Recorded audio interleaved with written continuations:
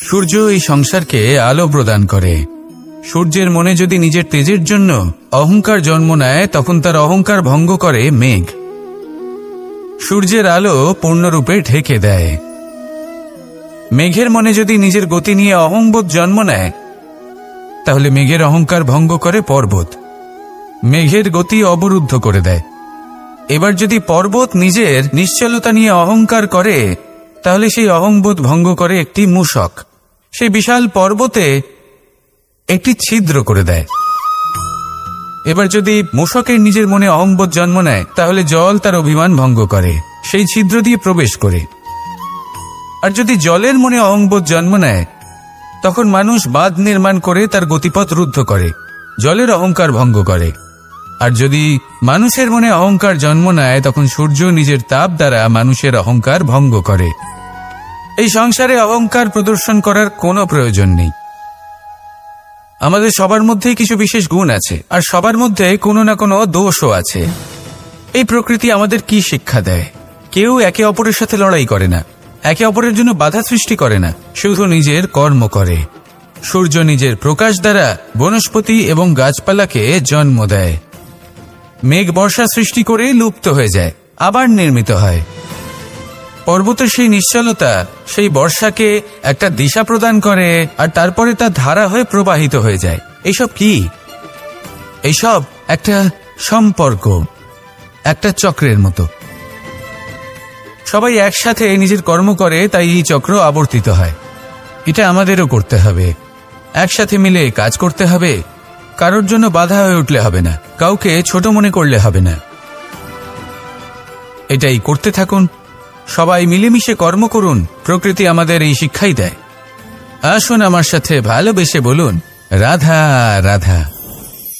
এই সংসার বলে যে কৃষ্ণ হলো মহাযোগী, কেউ বলে যে কৃষ্ণ হলো সাংখ্যযোগের প্রবর্তক, কেউ বলে ভক্তিযোগের, কেউ বলে জ্ঞান যোগের, কেউ কেউ এটা মনে করেন যে অষ্টাঙ্গ যোগের প্রভু হলাম আমি। কিন্তু এই যোগ আসলে কি? যোগ বিষয়টাকে বোঝা খুব একটা কঠিন নয়, কিন্তু সেই যোগকে নিজের যাপনের অংশ করে তোলা হলো অত্যন্ত কঠিন, আর তার জন্য প্রয়োজন অভ্যাস। যোগ শব্দটার অর্থ হলো যুক্ত করা, আর এটা আমি ছোটবেলায় শিখেছিলাম। যখন আমার মাখন খেতে ইচ্ছে করত, আর মা মাখনের সেই হাঁড়িটা ওপরে টাঙিয়ে রাখতেন, তখন আমরা ভাবতাম যে অত দূরে পৌঁছবো কি করে। তখন আমরা যোগের বিষয়ে জানতে পারলাম, আর তখন জানতে পারলাম যে সব থেকে গুরুত্বপূর্ণ যোগ আসলে কি? সহযোগিতা, সাহায্য। আমরা সব সখারা একসাথে জড়ো হতাম, একে অপরের পিঠের ওপর উঠে দাঁড়াতাম, আর তারপর আমরা ওই মাখনের হাড়ির কাছে পৌঁছতে পারতাম, আর তারপর আমরা সবাই মিলে সেই মাখন ভাগ করে খেতাম। সহযোগিতা, এটা অত্যন্ত গুরুত্বপূর্ণ। পাণ্ডবরাও মহাভারতে এটাই করেছিলেন। ওনাদের সাথেও কেউ ছিল না, একে অপরকে সাহায্য করে ওনারা অনেক বীরদের একত্রিত করেছিলেন। তারপর অবশেষে মহাভারতের এই মহাযুদ্ধে ওনারা জয়লাভ করেছিলেন। রামায়ণে রাম এবং লক্ষ্মণের সাথে কেউ ছিল না। সহযোগিতার মাধ্যমে ওনারা ভাল্লুক আর বানর সেনাকে একত্রিত করেছিলেন, আর এই সংসারের সব থেকে প্রবল রাক্ষস রাবণকে বধ করেছিলেন।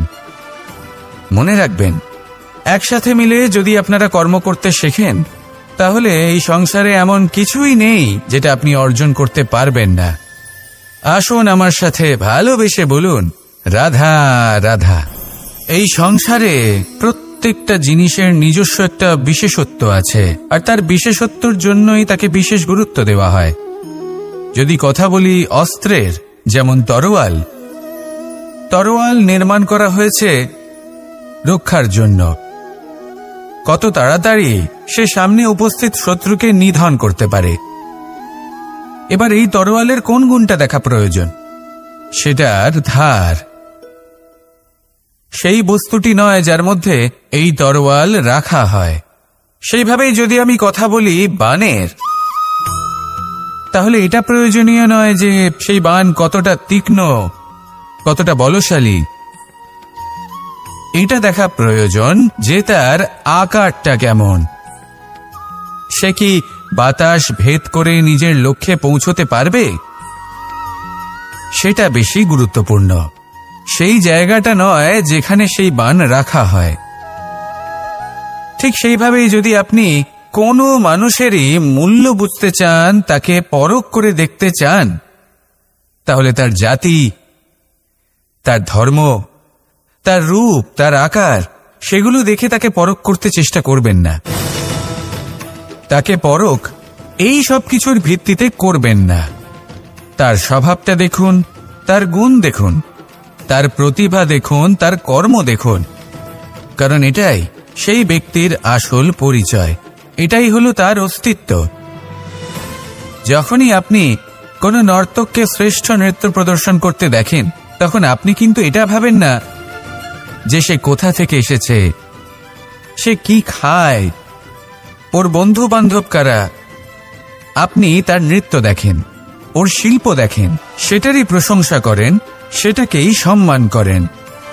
সেইভাবে এই সংসারে সকলকে সম্মান করুন। আর এই সম্মানের আধার হওয়া উচিত তার গুণ, তার স্বভাব, তার কর্ম, তার রূপ আর তার বেশভূষা নয়। আসুন আমার সাথে ভালোবেসে বলুন, রাধা রাধা। সবাই বলেন যে জীবনে কাদের সঙ্গ লাভ করছি সেটা খুব গুরুত্বপূর্ণ।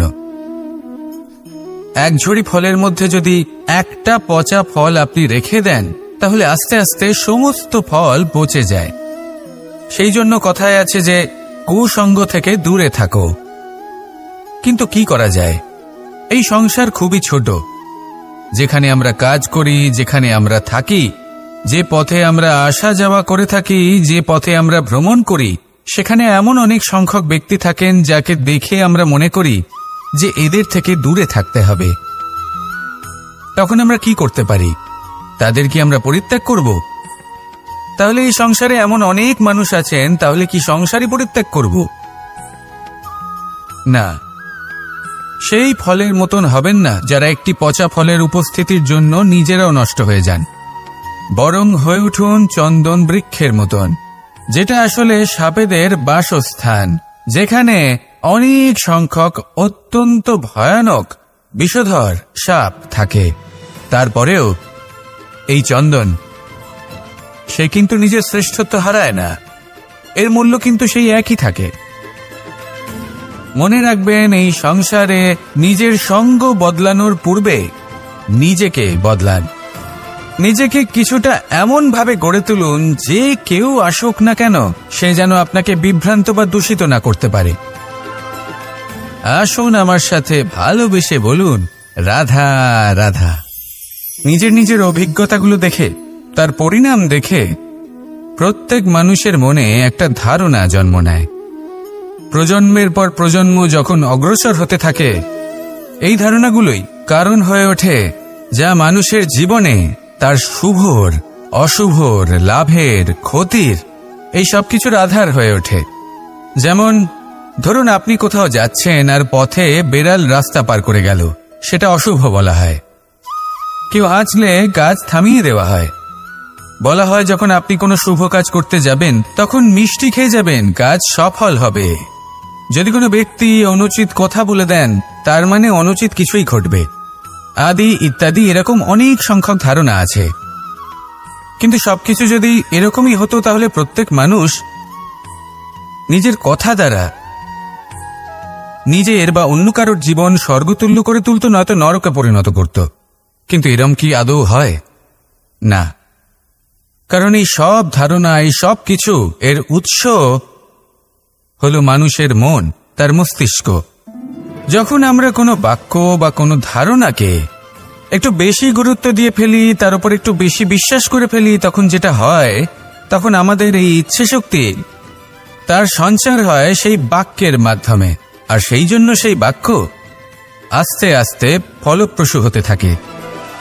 এটা হলো মানুষের মনের শক্তি, তার মস্তিষ্কের শক্তি। এটা কখনো ভুলে যাবেন না। এটা প্রয়োগ করুন আর তার সদ্ব্যবহার করুন। একে প্রয়োগ করুন নিজের লক্ষ্যে পৌঁছানোর জন্য, শুভ কর্ম করার জন্য। আসুন আমার সাথে ভালোবেসে বলুন, রাধা রাধা। রামায়ণের একটা অত্যন্ত শ্রেষ্ঠ কাহিনী আছে। যেটা খুব অমূল্য শিক্ষাদান করে। দশানন যখন ধরাশায়ী হলেন এবং মৃত্যুশয্যায় শুয়েছিলেন, ওনার শেষ নিঃশ্বাস ত্যাগের সময় শ্রীরাম লক্ষ্মণকে বললেন যে, হে লক্ষ্মণ, রাবণের কাছে যাও, ওখানে যাও, ওনার থেকে কিছু জ্ঞান অর্জন করে এসো। উনি হলেন মহাজ্ঞানী, আর ওনার থেকে জ্ঞান অর্জনের এটাই শ্রেষ্ঠ সুযোগ। লক্ষ্মণ প্রথমে মানতে চাইলেন না, কিন্তু শ্রীরাম বোঝানোর পরে লক্ষ্মণ ওনার কাছে গেলেন, রাবণের মাথার কাছে গেলেন আর বললেন, দাদা বলেছেন আপনার থেকে জ্ঞান অর্জন করতে। রাবণ কিছুই বললেন না। লক্ষ্মণ বললেন, আপনি তো দেখছি খুব অহংকারী, মৃত্যুশয্যায় শুয়ে আছেন, শেষ নিঃশ্বাস ত্যাগ করতে চলেছেন, আর তাও এত অহংকার। রাবণ বললেন, নিজের দাদা রামকে ডাকো। শ্রীরাম এলেন, রাবণের পায়ের কাছে এসে দাঁড়ালেন।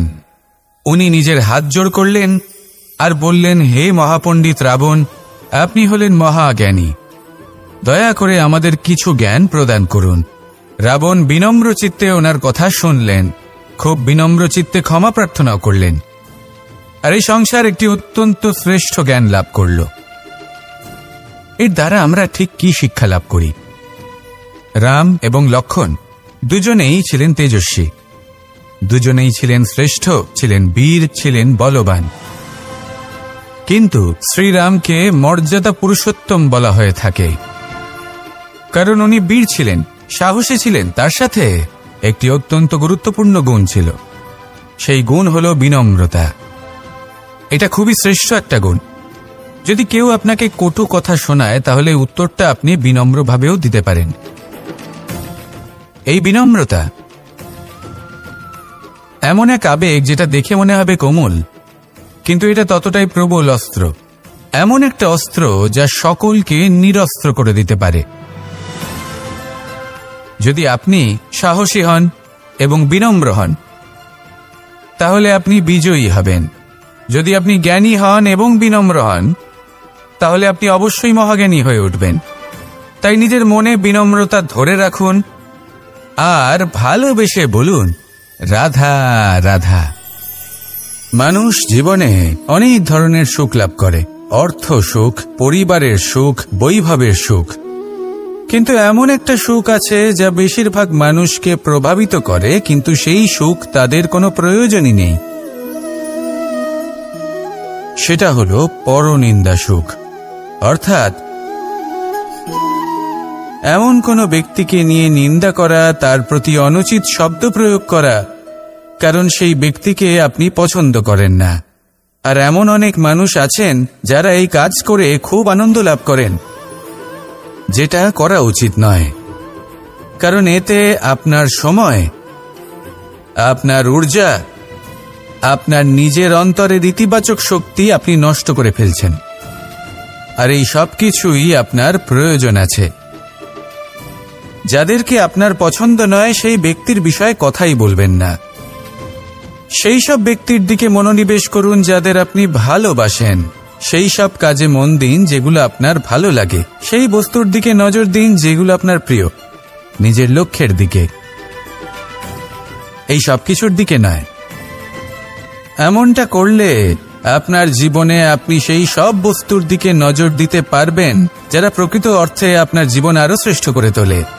এমনটাই করুন, জীবন আরো অনেক বেশি সুন্দর হয়ে উঠবে। আর তখন এই মন প্রসন্ন হয়ে বলবে, রাধা রাধা। আজ আমরা আবার সাফল্য আর অসফলতার বিষয়ে কথা বলবো। সফল ব্যক্তি কে হয় এবং অসফল ব্যক্তি কে হয়, এই বিষয়ে আমরা আগে অনেকবার কথা বলেছি। প্রত্যেক ব্যক্তি সাফল্য লাভ করতে চান, কিন্তু প্রত্যেক ব্যক্তি সাফল্য লাভের এই কাজে সফল হতে পারেন না।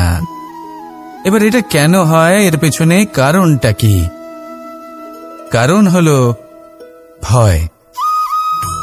সফল ব্যক্তি হলেন তিনি যিনি নিজের সিদ্ধান্ত দ্বারা এই সমস্ত সংসারকে বদলে দিয়ে থাকেন, এবং অসফল ব্যক্তি হলেন তিনি যিনি এই সংসারকে দেখে এর বিষয়ে ভেবে নিজের সিদ্ধান্ত বদলে ফেলেন। প্রয়োজন হল নিজের লক্ষ্যের বিষয়ে ভেবে দেখার। পথের বিষয়ে ভেবে দেখার। একবার যদি আপনি পথ নির্বাচন করে থাকেন, সেই পথে অগ্রসর হতে থাকুন আর তাতে অটল থাকুন। সবসময় দৃঢ় প্রতিজ্ঞ হন। আপনি যদি কোনো পথে টিকে থাকেন আর নিরন্তর পরিশ্রম করতে থাকেন, তবেই আপনার জীবনে সাফল্য আসবে। যদি কথায় কথায় লোকে কি ভাববে, লোকে কি বলবে, একথা ভেবে নিজের সিদ্ধান্ত পাল্টান, তাহলে কখনো নিজের লক্ষ্যে পৌঁছতে পারবেন না। আসুন আমার সাথে ভালোবেসে বলুন, রাধা রাধা। মানুষের 6টি বড় শত্রু রয়েছে, আর এরা অন্য কোথাও নয়, বরং মানুষের অন্তরেই বাস করে। এই 6টি শত্রু হল কাম, ক্রোধ, মোহ, লোভ, ঈর্ষা আর অহংকার। কিন্তু এরা কি চিরকাল আপনার শত্রু হিসেবেই থেকে যায়? এদেরকে নিজের বন্ধু করে তোলা কি সম্ভব নয়? ভেবে দেখুন না। এবার যদি কথা বলি কাম নিয়ে, অর্থাৎ কামনা করা, তাহলে মানুষ যদি জীবনে কামনা করতে থাকে, তাহলে সন্তোষের অনুভূতি লাভ করতে পারে না। কিন্তু এই কামনাই মানুষের বন্ধু হয়ে উঠতে পারে। কিভাবে? ধরুন, যদি মানুষ ভাবে আমি আরো অনেক বেশি শ্রেষ্ঠ ব্যক্তি হয়ে উঠতে চাই, আর তার জন্য কর্ম করে, পরিশ্রম করে, তাহলে ভবিষ্যতে গিয়ে শ্রেষ্ঠ ব্যক্তি হয়ে উঠতে পারে কামনার কারণে। অর্থাৎ এই কামনাই ওর বন্ধু হয়ে ওঠে। কিন্তু ধরুন, কোনো মানুষ যদি চায় সে শ্রেষ্ঠ ব্যক্তি হয়ে উঠবে, কিন্তু তার জন্য না কোনো কর্ম করছেন আর না কোনো পরিশ্রম করছেন, আর অধর্মের পথে চলতে শুরু করে দেন, তাহলে এই কামনাই তার শত্রু হয়ে উঠতে পারে। এবার যদি এই কামনাকে নিজের বন্ধু করে তুলতে হয়, তাহলে নিজের নির্বাচনে বিচক্ষণ হতে হবে, নিজের মস্তিষ্কের ওপর নিয়ন্ত্রণ রাখতে শিখতে হবে। সেটাই করুন আর আমার সাথে ভালোবেসে বলুন, রাধা রাধা। আজ আমরা মানুষের আরো একটি শত্রুর বিষয়ে কথা বলবো, যার নাম হলো লোভ।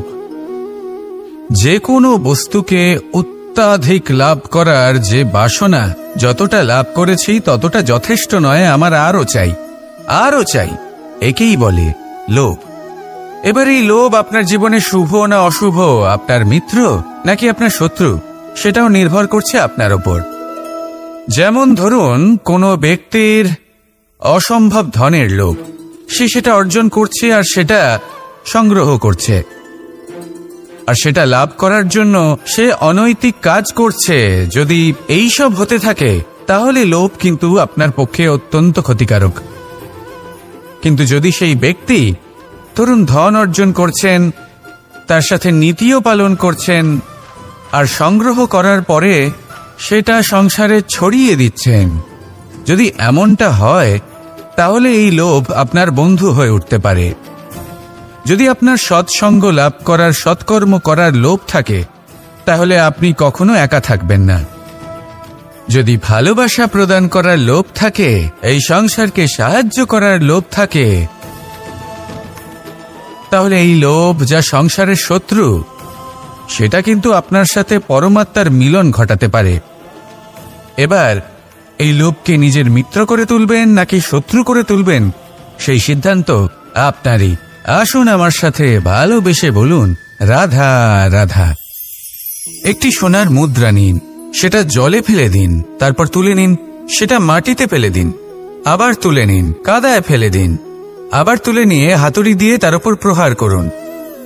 তারপরেও সেই সোনার মুদ্রার মূল্য সেটাই থাকে যা আগে ছিল, তাই না? এটা হলো উদাহরণ সংসারের সেই প্রত্যেকটা জীবের জন্য, প্রত্যেকটা মানুষের জন্য। কখনো কখনো জীবনে সাফল্যের বদলে আমরা বিফলতা পাই। যতটা আশা করেছিলাম ততটা শ্রেষ্ঠ কর্ম করতে পারি না। কখনো বা আমরা ভুল করে ফেলি, কখনো আমরা অনুচিত কর্ম করে ফেলি, কখনো সংসার আমাদের বুঝতে পারে না। তার পরিণামস্বরূপ এই সংসার আমাদের নিন্দা করে, আমাদের উপেক্ষা করে, আমাদের বিষয়ে কটু কথা বলে, কখনো সামনাসামনি বা কখনো পেছনে। সংসার এমন একটা আচরণ করে যেন আমাদের সাথে কথা বলাটাই একটা বিশাল অপরাধ। এবার সেক্ষেত্রে কি করা উচিত? মনকে শান্ত করা উচিত। বেশিরভাগ ক্ষেত্রেই এমন সময় মানুষ এটা ভেবে বসে যে তার জীবনের কোনো মূল্যই নেই। তার মনে হয় যে সে এই সংসারে শুধু একটা বোঝার সমান। সে নিজেকে ঘৃণা করতে থাকে। ওর মনে হয় যে তার জীবন শূন্য। কিন্তু তা নয়। আপনি সোনার মুদ্রার মতো। যদি আপনার মধ্যে সেই গুণ থাকে, আপনি শ্রেষ্ঠ কর্ম করেন, আপনার মধ্যে সেই বিদ্যা থাকে, আপনি নিরন্তর প্রয়াস করেন, সৎকর্মের পথে এগোতে থাকেন, তাহলে আপনার নিজের যে মূল্য তৈরি হয় সেটা কোনো পরিস্থিতিতে কোনো ব্যক্তি আপনার থেকে কেড়ে নিতে পারবে না। শুধু নিজে ভেঙে পড়বেন না। এটা ভাবুন যে সম্মান আপনি হারিয়েছেন সেটা আপনি কিভাবে ফিরে পেতে পারেন, তার জন্য কি করতে হবে। যে ধন আপনি হারিয়েছেন সেটা পেতে হবে কিভাবে, তার জন্য কি কি করতে হবে। শান্ত মনে সবটা ভেবে দেখুন, সিদ্ধান্ত নিন এবং অগ্রসর হন। আপনি এই সংসারের কাছে তেমনই হয়ে উঠবেন যেমন আপনার কর্ম হবে। যদি তা শ্রেষ্ঠ হয়, সবাই তাই ভাববে। আসুন আমার সাথে ভালোবেসে বলুন, রাধা রাধা।